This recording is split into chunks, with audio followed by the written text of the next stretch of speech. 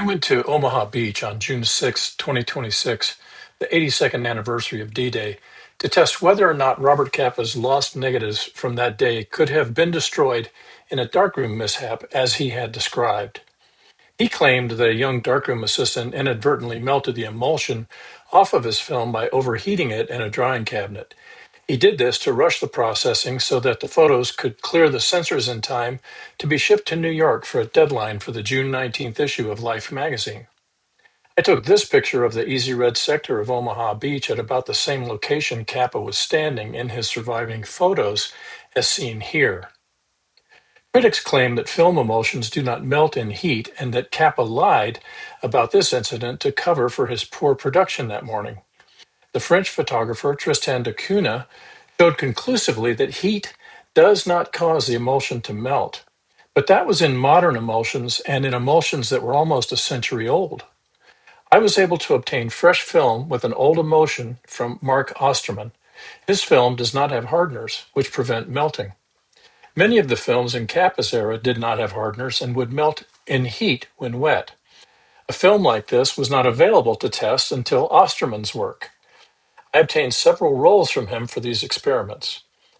I exposed one entire roll of film at easy red, standing in the water 100 yards from the high water mark, approximately where Capa would have been on the second sandbar, although he may have been even further out when he made his photos. I then processed the film normally and cut it into strips. I hung one strip to dry at ambient temperature, and I hung the other to dry in a cabinet that I made especially for this experiment. It had a small space heater that provided a temperature of 127 degrees Fahrenheit, which is 50 degrees centigrade. Here are the results. The first strip dried normally without distortion. The second strip in the cabinet melted. I removed the strip before the entire emulsion melted entirely off the acetate, and once it was in room air, it stabilized once more and dried normally. Here is a close-up of one frame showing that the melted emulsion not only ran down, as you would expect due to gravity, but it spread laterally, probably due to differential viscosities in the melting emulsion. The experiment explained another mystery about Capa's negatives. This is a digital contact sheet from Capa's original negatives I obtained at the International Center of Photography. Before negatives were sent to the censors, they were cut out individually, printed as 4x5 prints, and packaged individually for the censors to inspect. Negative 37 has always been missing. The next negative, 38, might explain why. Notice that the image is cut on the side at an angle, not straight. Also notice at the top of the frame is wavy. Mr. da Cunha explained that this was due to Capa stretching the film in camera by aggressively winding it. However, given the results you just saw on the video of the emulsion melting, this looks just like the early stages of emulsion failure, which can be seen in this close-up. Negative 37 may have melted and was unusable.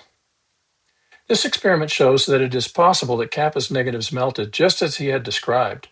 Hardeners were not routinely added to photographic film in 1944.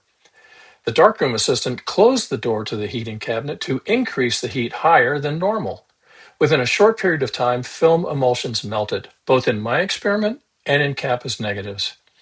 This not only shows that it is possible that Capa's negatives melted as he described, but it shows that he probably did not lie about exposing a second roll of film while on the beach. I described this entire project and my findings in a book to be released by an academic press in 2027. I thank Mark Osterman for the film that he provided, and I thank the International Center of Photography for allowing me access to these images.